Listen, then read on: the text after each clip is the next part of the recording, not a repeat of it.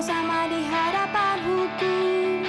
Keadilan dan kebenaran haruslah ditegakkan. Masyarakat peduli hukum, kembali lagi kita bersuasapa. Salam sehat dan semangat senantiasa. Kali ini saya ingin berbincang-bincang tentu mengenai hukum, tapi dikaitkan dengan keadaan politik, apalagi saat ini tahun-tahun politik.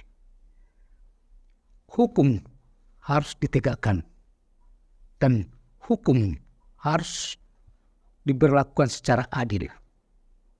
Itulah tujuan atau cita-cita kita selama ini sejak reformasi.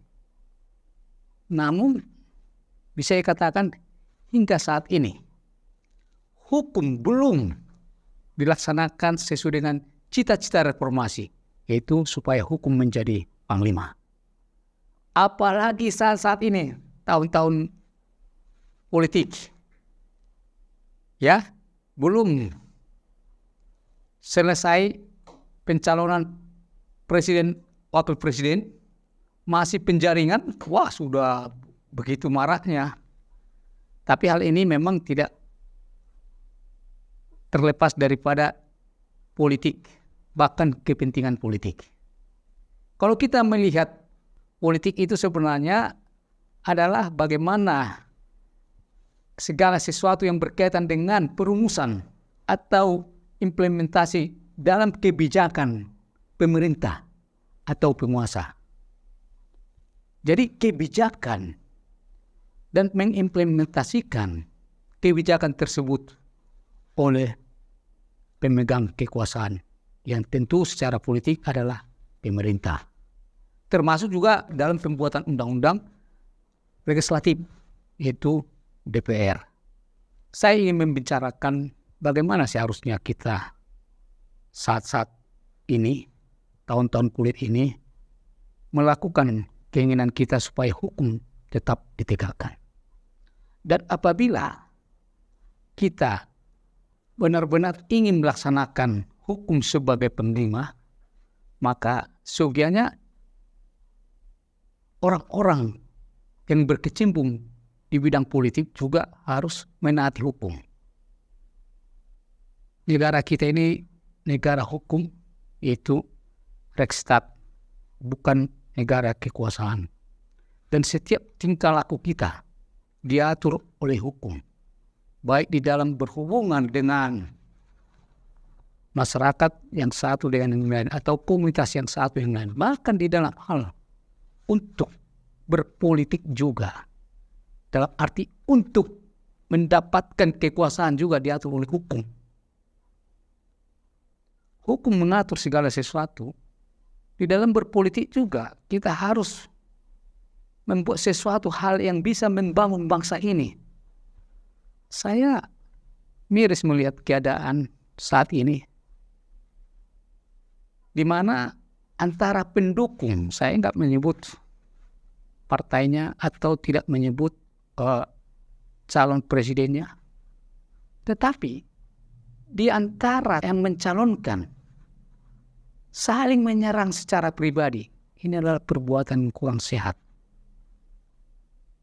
Bahkan bisa menjadi pelanggaran hukum, yaitu memberitakan sesuatu dalam tanda petik yang merupakan fitnah ataupun menuduhkan seseorang calon yang tidak disukai dengan cara yang tidak sesuai dengan hukum.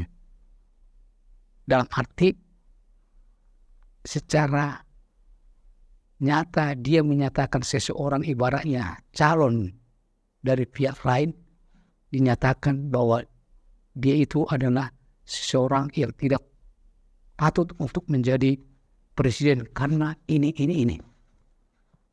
Saya rasa ini adalah sesuatu hal yang tidak baik. Seyogianya justru program-program yang kita tonjolkan di dalam hal kita menjagokan atau mendukung seseorang itu, baik presiden maupun wakil presiden. Masyarakat peduli hukum. Bangsa kita ini sudah 78 tahun merdeka. Dalam pembukaan Undang-Undang Dasar 45 berlandaskan Pancasila sebagai ideologi bangsa. Ya, kalau kita melihat nilai-nilai yang terkandung dalam Pancasila, betapa indahnya. Seandainya kita semua, baik itu yang berprofesi di bidang hukum maupun yang berprofesi atau yang ikut andil di bidang politik, kenapa enggak bergandengan tangan kita untuk membangun bangsa ini? Seandainya pun ada keinginan untuk berpartisipasi yang secara politik untuk menggapai kekuasaan, ya, lakukanlah secara elok. Nyatakan keinginan atau program secara baik, bukan mendiskreditkan seseorang. Bukankah bangsa ini berdasarkan Pancasila adalah satu kesatuan, ya, untuk menggapai suatu negara yang adil dan makmur, di mana juga di dalam Pancasila dikatakan keadilan sosial bagi seluruh masyarakat. Mari kita berjuang, bersaing secara baik, berdialog secara benar. Dan tentu yang paling utama lagi, mari mengabdi kepada bangsa ini.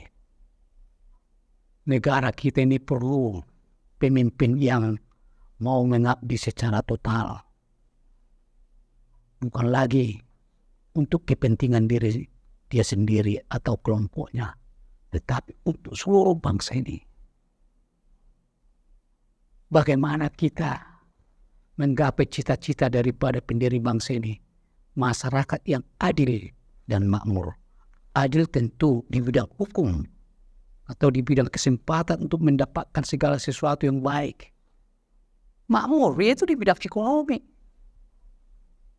Coba saat ini, kok masih banyak pengangguran.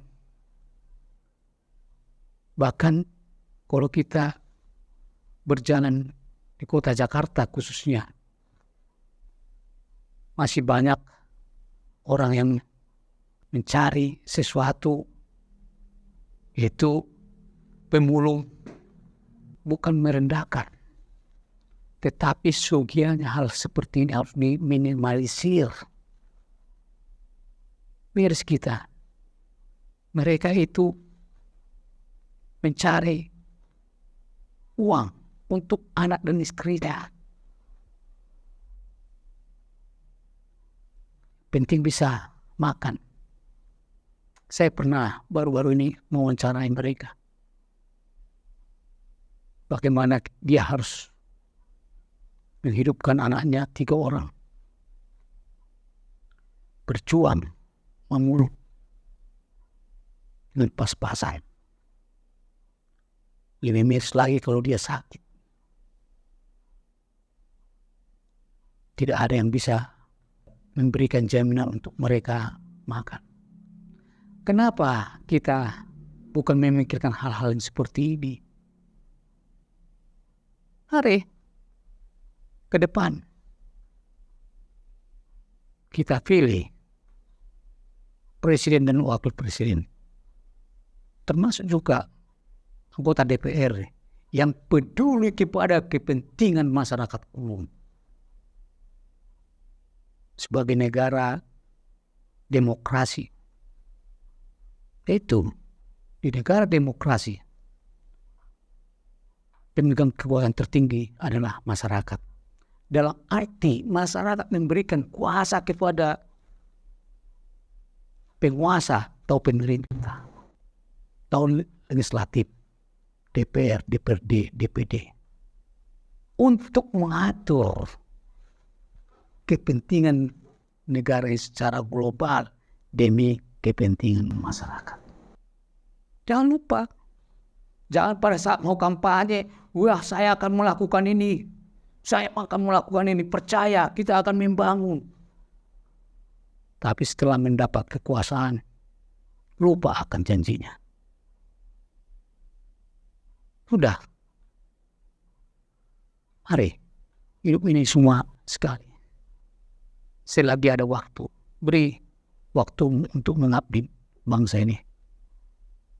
Kita semua, baik itu penegak hukum, politisi, termasuk legislatif, maupun yudikatif, apalagi eksekutif yang sehari-hari mengatur ataupun melaksanakan pemerintahan. Sekali lagi, tegakkan hukum dan keadilan berdasarkan kebenaran. Lakukan politik atau tujuan politik secara benar demi kepentingan masyarakat.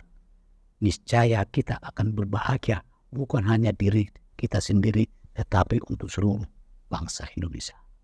Salam, sampai bertemu kembali.